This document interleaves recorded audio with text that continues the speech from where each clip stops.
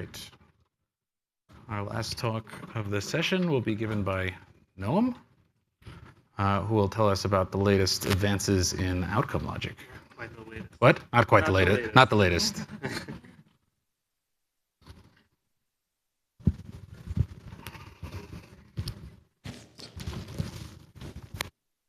Okay, thank you, Derek, for the introduction. So this is joint work with my collaborators Dexter, Kozen, Alexandra, Silva, and Joe Tassarotti.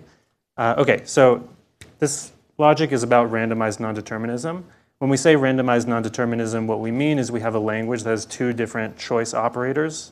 One is for nondeterministic choice, so this is the ampersand symbol that you see.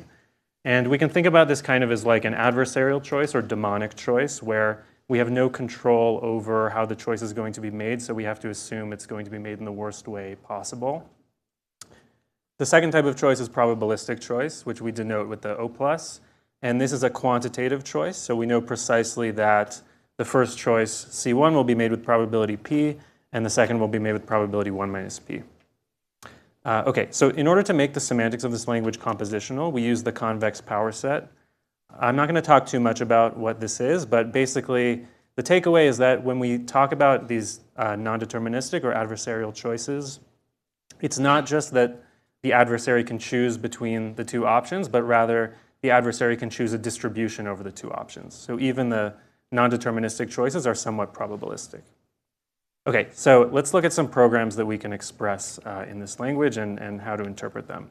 So here we have two variants of a coin flip game. The idea is that you have a fair coin flip shown in blue, and you have an adversarial choice shown in red. And depending on how we compose these two programs, we can get scenarios where the adversary can guess the coin flip or the adversary cannot guess the coin flip. So if the coin flip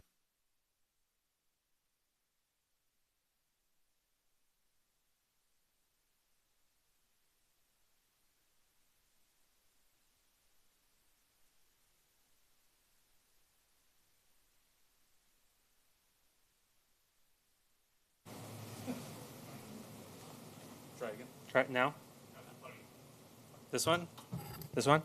Does this work? Okay. Okay, great. If the coin flip happens first, then the adversary can guess the result. If the adversary guesses first, then of course it can't guess what the coin flip is going to happen. Another way we can understand the difference between non-deterministic and probabilistic choice is through equations. So here we have three equations to describe non-determinism. The first one is an idempotence property, so it states that if you make a choice between some element and itself, it's the same as not making a choice at all. And then the second two properties are about reordering choices, so if you reorder choices, you get the same semantics.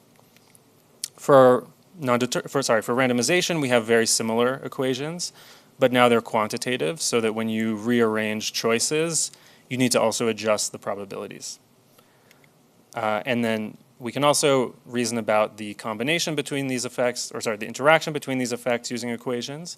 So for that, we have a distributive law where probabilistic choices distribute over non-deterministic ones in a very similar way to how multiplication distributes over addition in standard arithmetic. And so this kind of confirms our demonic interpretation where we want to be able to know for every choice that the adversary makes, what is the distribution of results that we get. Okay, so this paper isn't really about equational reasoning. These equational properties are pretty well known at this point. But part of what we wanted to do in developing a logic was to take these intuitive equational properties and reinterpret them as propositions. So instead of equality, we now have if and only if, and we can think about the P's and Q's as being assertions about the program state. And so what these assertions roughly mean is that when we have the O+, we have two assertions, and we say that the assertion P occurs with probability P, little p, and the assertion Q occurs with probability 1 minus P. Then when we have an adversarial choice, what this is basically saying is that the adversary is picking the probability that each one holds. Okay, so now using this assertion language, we can start to develop logic where we can express properties about programs. Here we have a postcondition for this coin flip game program where we exactly specify the values of all the program variables. Now this clearly does specify what the program does, but it's kind of obfuscates the meaning because there's so much detail here. And this is where the benefits of propositional reasoning come in, because we can actually weaken this assertion to not specify the exact values of all the variables, but rather just specify whether x is equal to y or not. And then we can continue to use the propositional laws. So we can use the commutative law on the second sub-expression to flip around the order. And now we have the same assertion on each side of the ampersand, so we can collapse it with the idempotence rule. And now we have a very concise assertion about the program, which just says that x equals y with probability 1/2. And x equals y, I mean, if you remember from the program, x was the result of the coin flip, y is the adversary's choice. So this essentially says that the adversary can't guess x with probability better than just flipping a coin. And so we can put this into a triple to create a program logic. And we call this logic demonic outcome logic because we have outcome reasoning, sort of about probabilities, and we also take a demonic view of nondeterminism. So the postcondition applies to every possible choice that the adversary may make.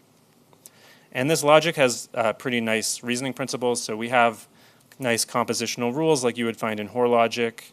We also have nice probabilistic reasoning rules like you would find in outcome logic. So what this rule says is that if you have a probabilistic choice between two commands and you know what happens when you execute each of those commands on their own, then you know that the outcome of the first program occurs with probability p and the outcome of the second program occurs with probability 1 minus p. So this is pretty nice. But somewhat interestingly, the analogous rule for non-deterministic choice is not sound. And just to give a little bit of intuition why it's not sound is because this rule doesn't respect the distributive law that we saw earlier on. So to see this a little bit more concretely, we can look at an unsound derivation using that invalid rule. So here we have a scenario where the precondition already has some information about a distribution of outcomes. And we can kind of think of this as being like the adversary already knows the distribution over x before it makes its choice.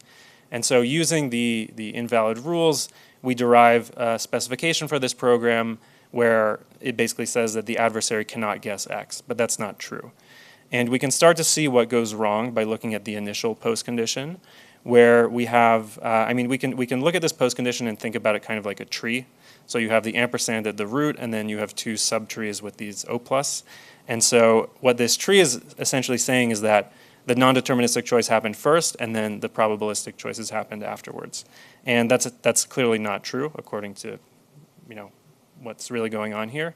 So using this rule is unsound. So what do you have to do instead? Instead, we can only use the rule in a restricted way.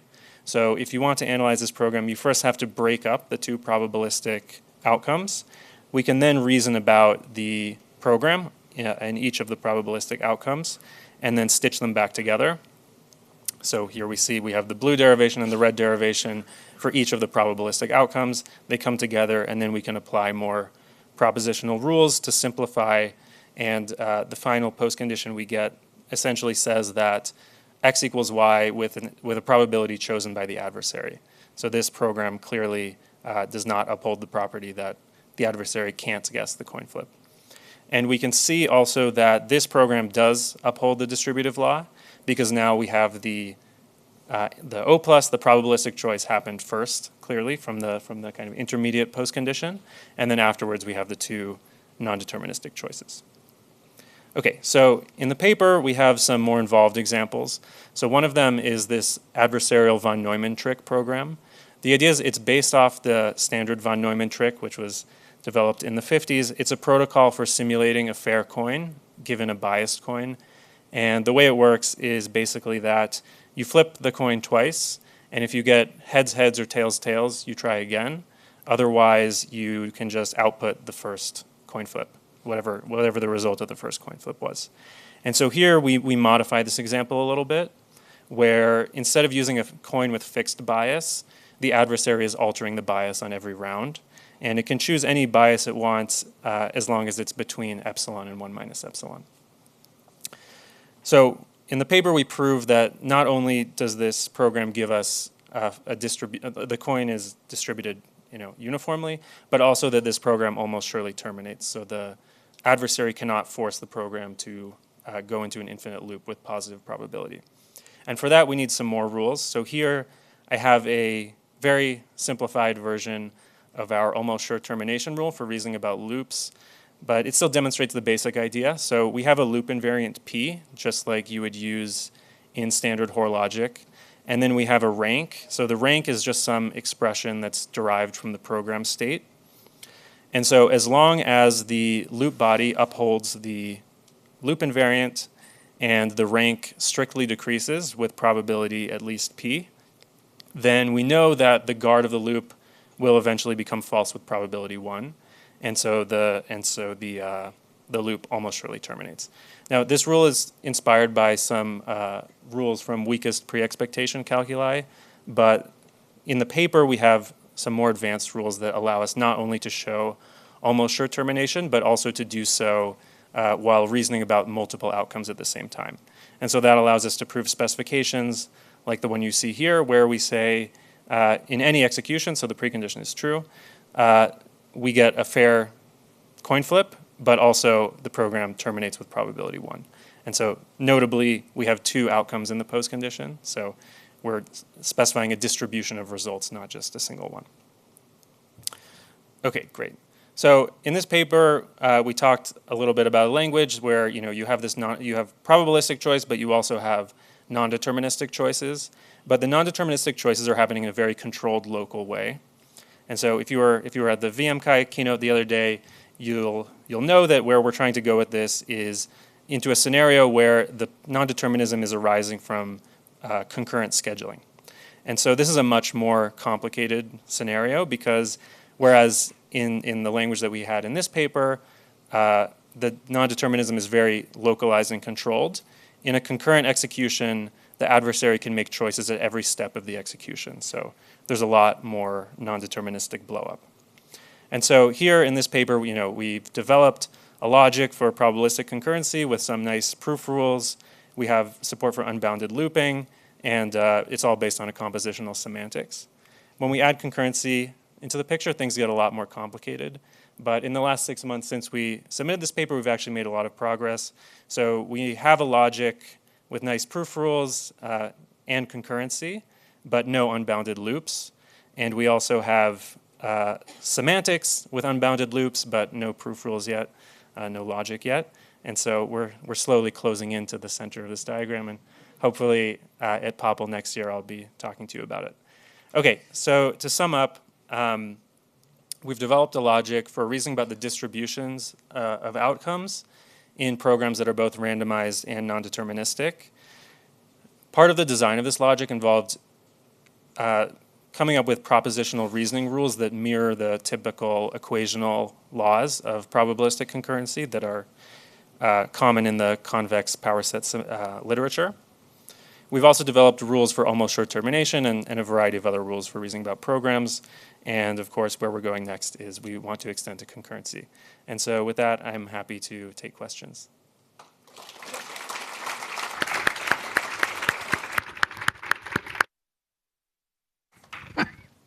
Patrick gets the first question this time. We have plenty of time for questions. At some point, you mentioned the non-deterministic and the stepwise, but you don't already have this problem in loop because in the loop I can make a non-deterministic choice between either probabilistic choice or another one, iterating this. You don't have this problem. Sorry, could you repeat? I didn't completely understand. You said I will move to the two-bar stuff, which was non-deterministic choice at each step.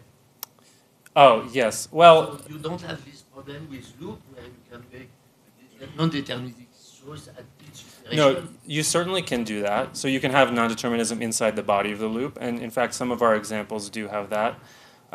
What I meant by there's non-deterministic choices at each step is you may have a lot of threads executing at the same time. And so at every moment of the program, the scheduler is choosing which one to advance.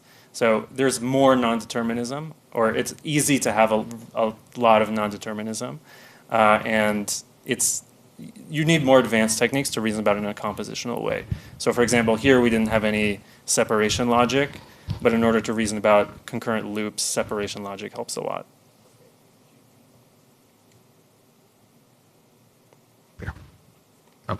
Oh, go ahead.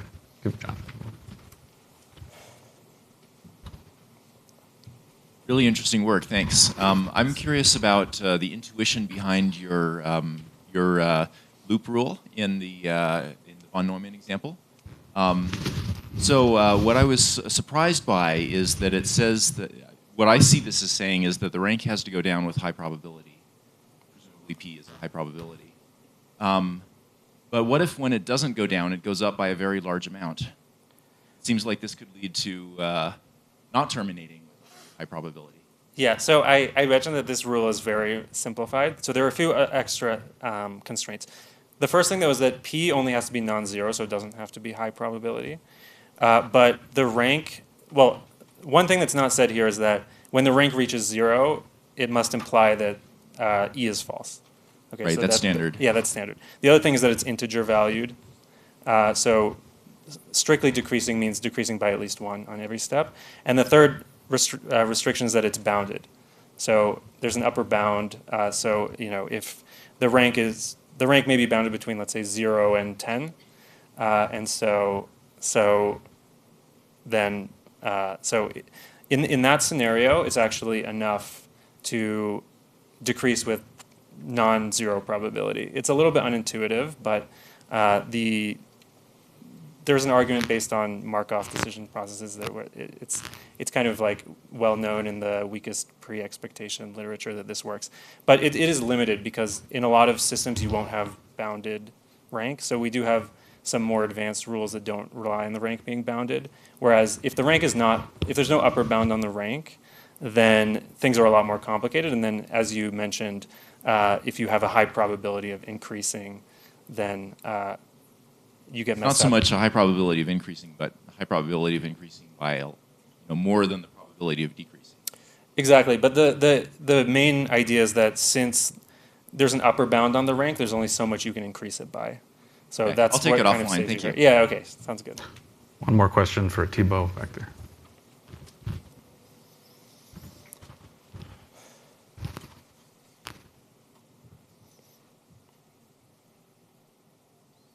Thanks, that's a great talk. I was wondering, so you say the unsound but intuitive rule about the compositional rule about non-determinism is unsound because of the distributive law.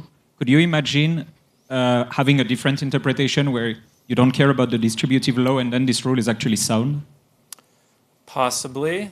The issue is that when you do things like that, it's very easy to make the semantics non-compositional. And so you may invalidate, for example, the sequential composition rule here, the standard one. And if you don't have a sequential composition rule, your logic is basically useless. So it's possible there are other ways to do it, but this way is somewhat standard. Okay, all right, let's thank Noam.